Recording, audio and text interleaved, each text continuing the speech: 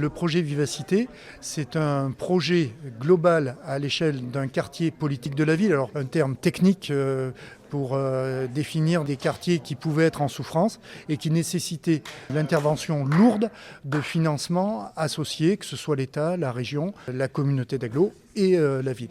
Donc aujourd'hui, ce quartier politique de la ville, il est en cours. On voit que quand à l'habitat démolit des immeubles, là, l'espace il est en train d'être rénové de façon forte. Et aujourd'hui, au sein même de cet équipement, il y a le centre social de Marmé, il y a un espace pour les associations, et puis il y a cette salle, donc le sismographe, qui va être une salle de concert multi-usage, donc une salle de concert à la base, mais il n'y aura pas que des concerts, ça peut servir aussi pour des associations qui veulent faire leur spectacle, d'autres associations qui vont avoir besoin d'une scène pour un tournoi de belote, enfin je ne sais pas, tout est possible.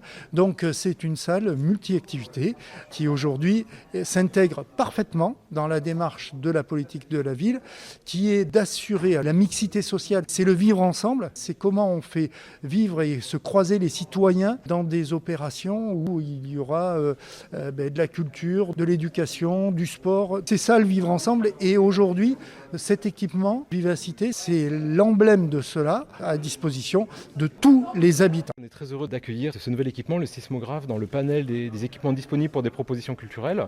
C'est le premier équipement qui est dédié à la pratique et à l'accueil de concerts ou de spectacles de musique actuelle, avec tous les équipements qui sont liés à ce type d'activité, à savoir des quais de déchargement, des alimentations électriques, des possibilités de câblage, d'accroche, de lumière, des loges, un espace bar, un espace billetterie, un traitement acoustique sur le bâtiment. Voilà tout ce qui est maintenant attendu par des artistes, par les professionnels, les organisateurs, et aussi pour le confort du public dans le champ des musiques actuelles. On a maintenant une salle de spectacle du coup sur notre territoire et on en est très heureux. Enfin une salle de spectacle, une salle de concert. C'est une salle de concert mais qui se mue aussi en salle pluriactivité, puisque l'usage et les utilisateurs de cet équipement-là vont être à la fois les organisateurs de concerts, de spectacles, l'asso sismique, la ville d'Aurillac et puis les acteurs locaux, mais aussi, et pour une grande partie de son temps, le centre social de Marmier qui proposera toutes les activités qui sont liées au centre social. Donc c'est une salle de concert qui se mue en salle polyvalente, salle d'activité, tout au long de l'année et qui se redevient salle de concert régulièrement sur le principe vraisemblablement d'une date par mois. C'est l'organisation en fait que l'on veut proposer pour la saison qui va commencer à partir de septembre prochain. Le rôle d'asso sismique, ça va être de proposer une programmation musicale donc dans la salle là, du sismographe. Mais alors c'est un choix de la mairie d'avoir une gouvernance participative.